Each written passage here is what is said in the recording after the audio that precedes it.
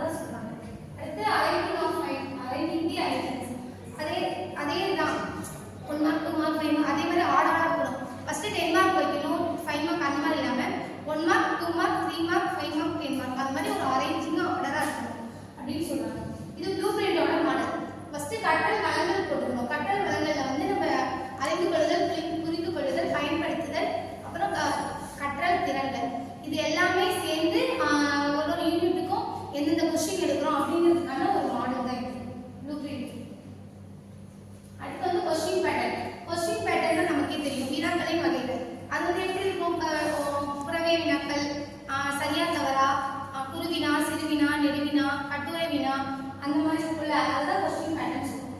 Objective type, multiple choice type, matching type, true or false, short answer type, paragraph type, essay type. So objective டைப்னா உங்களுக்கே தெரியும். ஒரு 1 mark கொடுத்து 4 option கீழ கொடுத்து ஏதாவது ஒரு ஆன்சர் நம்ம எழுதணும்னு சொல்றாங்க. அது மாதிரி ஒரு டைப். அடுத்து மல்டிபிள் சாய்ஸ். அதேதான் மல்டிபிள் சாய்ஸ் ஒரே ஆன்சர் வந்து ஒரே மாதிரி எல்லாம் கொடுத்துட்டு இதுல வந்து எது பெஸ்டா இருக்கும் அப்படின்னு 1 மார்க்ல கேட்கலாம். அதுதான் வந்து மல்டிபிள் சாய்ஸ். மேட்சிங் டைப்னா பொறுத்துக்க. இப்போ இந்த சைடு வந்து சைக்காலஜியோட இவங்க பேர்லாம் கொடுத்துட்டு அவங்க வந்து என்னென்ன கண்டிஷன் வந்து கண்டுபிடிச்சிருக்காங்க அப்படிங்கிறது போல அந்த மாதிரி மேட்சிங் டைப். ட்ரூ ஆர் ஃபால்ஸ்னா ஒரு சென்டென்ஸ் கொடுத்து இது கரெக்டா தப்பா அப்படின்னு சொல்லி கேட்பாங்க. இப்போ நியூட்டன் மூன்றாவது இயக்க விசை கூறுகிறது அப்படின்னு சொல்லி சொல்றாங்கன்னா அது சரியா தவறா அப்படிங்கறத வந்து சொல்றது தான் அந்த மாதிரி டைப்ல தான் இருக்கு. ஷார்ட் ஆன்சர் டைப்னா சிறுவினானா இப்போ வந்து ஒரே ஒரு ஹெட்டிங் கொடுத்து அது ரிலேட்டடா ஒரு 2 or 3 லைன்ஸ் வந்து ஆன்சர் எழுதுற மாதிரி இருக்கும். Short answer type. பேராகிராஃப் டைப்ல வந்து ஒரு பேஜ் வர மாதிரி அதாவது 50 லைன்ஸ்க்கு வந்து கம்மி இல்லாத மாதிரி காமிக்கிறத கொடுக்கறத வந்து short answer type. Paragraph type. Essay டைப்ங்கிறது வந்து கட்டுரை வினாலா இருக்குல்ல ஒரு அறிஞரை பத்தி ஃபுல்லா வாழ்க்கை வரலாறு எழுதுங்க அந்த மாதிரி சொல்லுவாங்கல்ல ஒரு 2-3 பேஜுக்கு 100 வரிகளுக்கு மிகாமல் எழுதுங்க அந்த மாதிரி சொல்றதா வந்து எஸ்ஸே டைப். இதான் क्वेश्चन பேட்டர்ன். அடுத்தது ஃபீட்பேக் டிவைசஸ். ஃபீட்பேக்னா வந்து பின்னூட்டம் அளிக்கிறது. இப்போ வந்து ஆசிரியரோ இல்ல மாணவரோ இப்போ வந்து டீச்சர் வந்து டீச் பண்றாங்க. அதுக்கு வந்து டீச்சிங் ஃபுல்லாவே முடிச்சதுக்கு அப்புறம் உங்கள்ட்ட வந்து ஃபீட்பேக் கேக்குறாங்க. நீங்க வந்து அதை சொல்லணும் இந்த மாதிரி நீ புரிஞ்சுது இந்த மாதிரி இடத்துல புரியல அப்படி நீங்க கொடுக்குற ஃபீட்பேக் தான் வந்து ஃபீட்பேக்னு சொல்றாங்க. அதோட மீனிங் தான் information and suggestion provided to the students are known as feedback. அதாவது டீச்சர் நடத்துறது மூலமா ஸ்டூடண்ட் கொடுக்குற ஃபீட்பேக் இது. அதுல வந்து டைப்ஸ் ஆஃப் ஃபீட்பேக் கிரைட்டீரியா ரெண்டு கொடுத்திருக்காங்க. ஃபீட்பேக் டிவைசஸ் அது வந்து டைப்ஸ் ஆஃப் ஃபீட்பேக்ல வந்து 5 இருக்கு. Informal feedback, formal feedback, formative feedback, summative feedback, students peer feedback, students self feedback. இதுல வந்து இன்ஃபார்மல் ஃபீட்பேக்னா முறைசாரா பின்னூட்டம்னு சொல்லுவாங்க. முறைசாரா பின்னூட்டம்னா அவங்க வந்து நடத்துறதுக்குரிய பின்னூட்டம் தான் நம்ம கொடுக்கணும். அவங்களுக்கு பிடிக்கும் அப்படிங்கிற மாதிரி நீங்க வந்து சம்பந்தமே இல்லாத வேற ஃபீட்பேக் சொல்லக்கூடாது. அவங்க இப்ப நடத்துறாங்கன்னா அது தகுந்த ஃபீட்பேக் மட்டும் தான் கொடுக்கணும். அது வந்து இன்ஃபார்மல். ஃபார்மல்ங்கிறது வந்து அவங்க நடத்துறதுக்குரியதை கரெக்டா நம்ம ஃபீட்பேக் கொடுக்கறதா ஃபார்மல் ஃபீட்பேக். அடுத்து வந்து ஃபார்மேட்டிவ் ஃபீட்பேக். ஃபார்மேட்டிவ்னா அவங்க நடத்திட்டு இருக்கும் போதே இப்போ வந்து டீச்சர் வந்து நடத்திட்டு இருந்தாங்கன்னா அவங்க வந்து நடத்திட்டு இருக்கும்போது இந்த மாதிரி நீங்க நடத்துறீங்க கொஞ்சம் மாத்திக்கோங்க அப்படின்னு நடுவுலே சொல்லுவோம்ல அதுதான் வந்து ஃபார்மேட்டிவ். சம்மேட்டிவ்னா வந்து அவங்க போல சொல்லி முடிச்சதுக்கு அப்புறம் அவங்க பண்ண கரெக்ஷன்ஸ் எல்லாத்தையுமே ஒன்னொன்னா ஸ்டெப் பை ஸ்டெப்பா சொல்லி இதெல்லாம் பண்ணிக்கோங்க அப்படின்னு சொல்றது தான் வந்து சம்மேட்டிவ். ஸ்டூடண்ட்ஸ் பியர் ஃபீட்பேக்னா இப்போ வந்து ஒரு குரூப் ஆஃப் ஸ்டூடண்ட்ஸ் இருப்பாங்க. இப்போ தனித்தனியாக ஒரு குரூப்பா சொல்ல வச்சிருக்காங்க. அவங்கள வந்து மேம் நடத்தி முடிச்சோடனே இல்லைன்னா ஸ்டூடெண்ட் யாராவது நடத்தி முடிச்சோடனே ஒரு குரூப்லேயே வந்து கேட்பாங்க நீங்க சொல்லுங்க ஒரு குரூப் வந்து அவங்க என்ன சொல்றாங்களோ அது ஒரு ஃபீட்பேக். அப்புறம் அடுத்த குரூப் சொல்றது இன்னொரு குரூப் சொல்றது அந்த மாதிரி மூணு தான் சொல்றது ஸ்டூடெண்ட் பியர் ஃபீட்பேக். அதாவது ஸ்டூடெண்ட்ஸ் எல்லாரும் சேர்ந்து ஒரு தனித்தனி குழுவா சேர்ந்து கொடுக்கறது தான் ஸ்டூடெண்ட் பியர் ஃபீட்பேக். அடுத்து வந்து ஸ்டூடெண்ட் செல்ஃப் ஃபீட்பேக். இப்போ வந்து ஒருத்தரை ஸ்டூடெண்ட் வந்து ஃபீட்பேக் நடத்திட்டு இருக்காருன்னு வச்சுக்கோங்க. அவங்க வந்து அடுத்தவங்களுக்கு மற்ற ஸ்டூடெண்ட்ஸ்கிட்ட கேட்குறாங்க. கேட்டு முடிச்சதுக்கு அப்புறம் அவங்களே வந்து செல்ஃபா நான் வந்து நடத்தினது இது இருக்கு அப்படின்னு வந்து ஸ்டூடெண்ட் வந்து டீச்சர்கிட்ட வந்து சொல்றதுதான் வந்து ஸ்டூடெண்ட் செல்ஃப் ஃபீட்பேக்னு சொல்றோம். நெக்ஸ்ட் வந்து அசஸ்மெண்ட் ஆஃப் போர்ட்ஃபோலியோஸ். போர்ட்ஃபோலியோஸ்னா தகவல் தொகுப்பு. அதாவது ஸ்டூடெண்ட்டை பத்தின எல்லா டீடைல்ஸும் வந்து எடுத்து வச்சுக்கிறது தான் போர்ட்ஃபோலியோன்னு சொல்லுவோம். அதுல வந்து டைப்ஸ் ஆஃப் போர்ட்ஃபோலியோ இருக்கு. Ideal portfolio, showcase portfolio, documentation portfolio, evaluation portfolio, class portfolio சொல்லுவோம். இதுல 5 டைப் இருக்கு. ஐடியல் போர்ட்ஃபோலியோனா ஸ்டூடண்ட்ஸோட எல்லா ஆக்டிவிட்டீஸையும் ரெக்கார்ட் பண்ணி வச்சு அதாவது போர்ட்ஃபோலியோவை தகவல் தொகுப்பா எடுத்து வச்சு வேணுங்கிறப்ப நம்ம பார்த்துக்கிறது தான் ஐடியல் போர்ட்ஃபோலியோ சொல்றோம்.